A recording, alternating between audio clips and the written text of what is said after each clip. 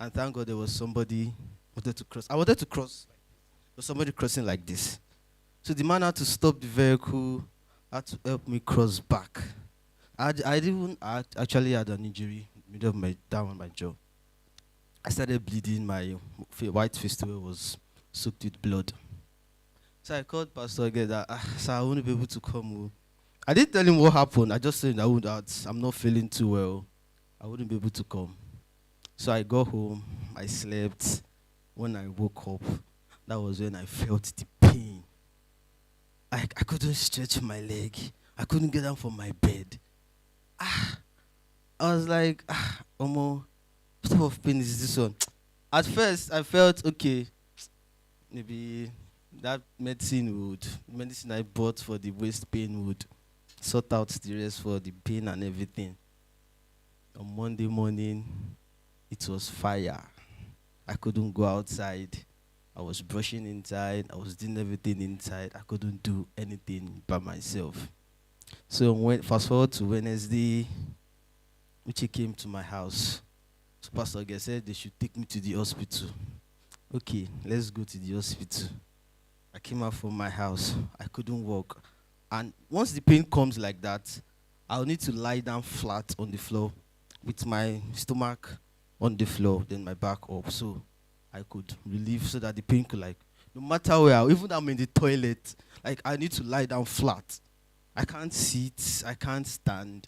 I need to sleep on the floor so the pain can come down. So they took me to General Hospital at Bagada. We went there, the doctor said it was tetanus.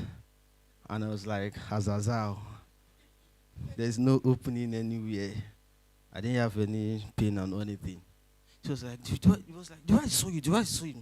She was looking at it, it was tetanus. So I should have just said, I was looking at the man. I was like, let this man calm down.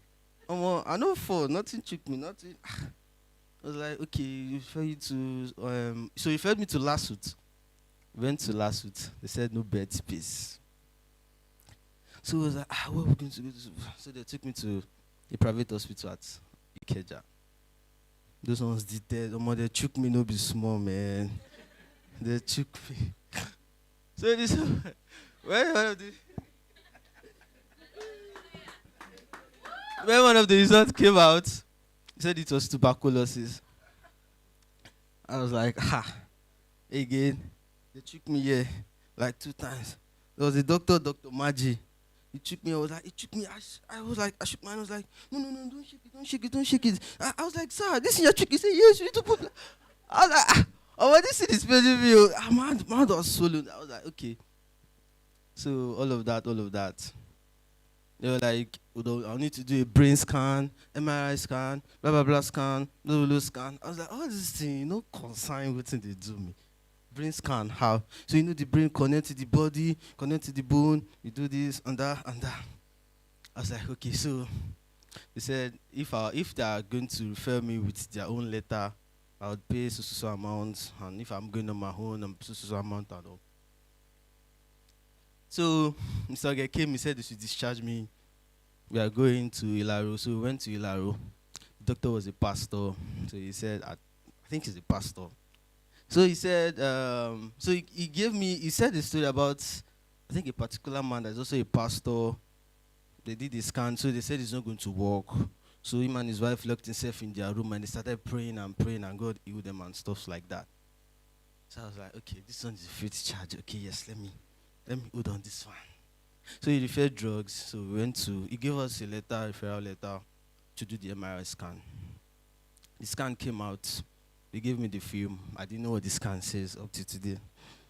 So what Pastor Ge told me was, but thank God for your life. You're supposed to be sleeping. I was like, okay. I shall not say I never started to play drums. I still want to continue. So during the anniversary, we came to church. I was using the drug. And there was a particular night I said I wanted to try this faith thing. So I didn't take drug that morning. Yeah, I guess it was in the morning. I didn't take drug. So fast forward to in the evening, and I wanted to stand up. I was sitting where Pastor Kola was sitting. They wanted to push me to the wheel and go to my room. The pain was so severe. I was like, it was as if my back wanted to break into two. And I was like, and once the pain comes, no matter what I'm putting on, even I'm under 4 AC in the particular room, like I'll literally sweat. My clothes will be soaked. So we got to the room, they lined me down.